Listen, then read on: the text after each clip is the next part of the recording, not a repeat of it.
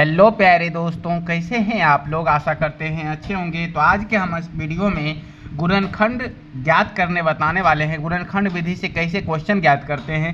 Question हमारा एक समीकरण दिया है x² + 7x + 12 बराबर 0। तो गुणनखंड विधि में आप लोग हमेशा याद रखिएगा, क्या करते हैं, जो x² का गुणांक होता है ना, उसको लास्ट वाली संख्या से क्या करते हैं, गुना करते हैं। x² का गुणांक क्या है यहाँ पर, तो नहीं कुछ तो एक छिपा हुआ रहता है, तो x² का गुणांक 1 है यहाँ पर।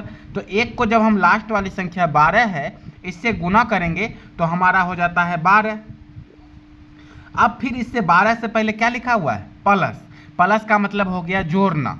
तो दो संख्या में 12 को दो संख्या में तोड़ना है, जिसको जोड़ने पर 7 आ जाए और गुना करने पर 12 आ जाए। तो कितना संख्या होगा, तो देखो 12 को दो संख्या में तोड़ेंगे तो 4 और 3, 4 तिया 12 और 4 और 3 को जोड़ते हैं तो 7 आ जाता है, आएगा ना। अब अगर आपको दो संख्या नहीं पता है तो इसका एलसीएम ले लेंगे, 12 का एलसीएम ले लेंगे, 2 बार में लगेगा, 6 दूना 12, फिर 2 बार में 3 दूना 6। अब गुना करेंगे तो 2 दूना 4 और बच गया 3, तो 4 और 3 दो संख्या हो गया। अब हम यहाँ पर लिखेंगे x² + 4x + 3x, दो संख्या में तोड़े, 4 और 3 को जोड़े तो 7x, और प्लस 12 है तो 12 बराबर 0। अब x² है तो यहाँ से हम x बाहर कर लिए, x बाहर कर लिए, x² था तो x बच गया। अब x बाहर है तो 4x है तो +4 हो गया हमारा। ब्रैकेट के अंदर समान होना चाहिए, दोनों तरफ ब्रैकेट के अंदर बराबर होगा तभी जाके इसका आंसर सही होगा। अब देखो फिर प्लस, अब हमारा ब्रैकेट के अंदर x है तो यहाँ पर क्या बाहर करना पड़ेगा, 3 बाहर करना पड़ेगा, तब ना आएगा ब्रैकेट के अंदर x, और फिर प्लस। अब देखो 3 बाहर है तो कितना से 4 आ जाएगा। अब देखो ब्रैकेट के अंदर ये भी बराबर, ब्रैकेट के अंदर ये भी बराबर, बराबर है ना, तभी जाके आंसर सही होगा। अब x + 4 दोनों बराबर है तो एक बाहर आ गया, और x + 3 तो x + 3।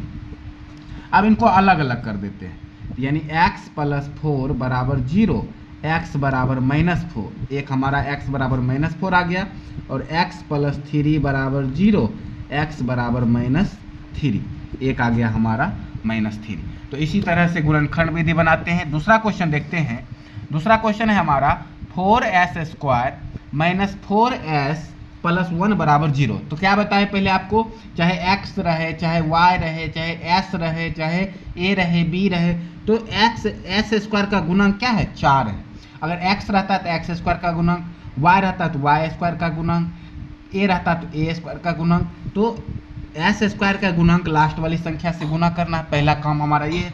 तो 4 को 1 से गुना करेंगे तो कितना आ जाता है हमारा, 4 होता है। अब 4 को दो संख्या में तोड़ना है, जिसको जोड़ने पर 4 आ जाए और गुना करने पर 4 आ जाए। तो देखो 2 और 2 को जोड़ते हैं तो 4 आता है, और 2 और 2 को गुना करते हैं ना तो हमारा कितना आ जाएगा, 4 आता है, सिंपल।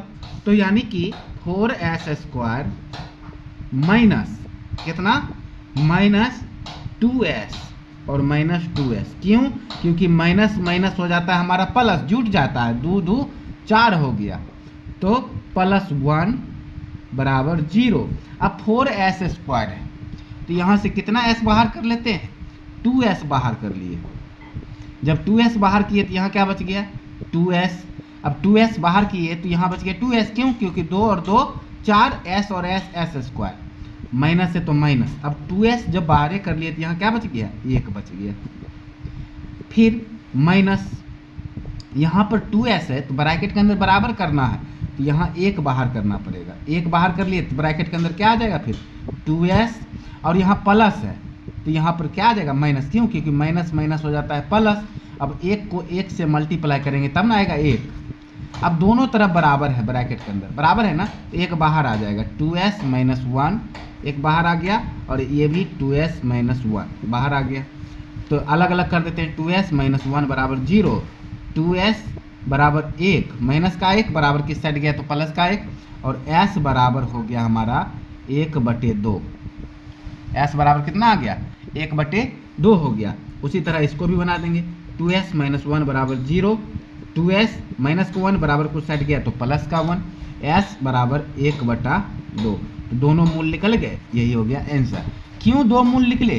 क्योंकि ये द्विघात समीकरण है हमारा। यहाँ भी देखो द्विघात समीकरण है ना, x², तो 2 घात है। जब 2 घात रहते हैं तो इसके मूल कितने होंगे? 2 होंगे। x का वैल्यू कितना लिख लेगा? 2 लिख लेगा। तो गुणनखंड विधि से इसी तरह बनाते हैं। जो वीडियो आपको अच्छा लगा हो तो लाइक करेंगे, चैनल को ज़रूर सब्सक्राइब करेंगे। धन्यवाद।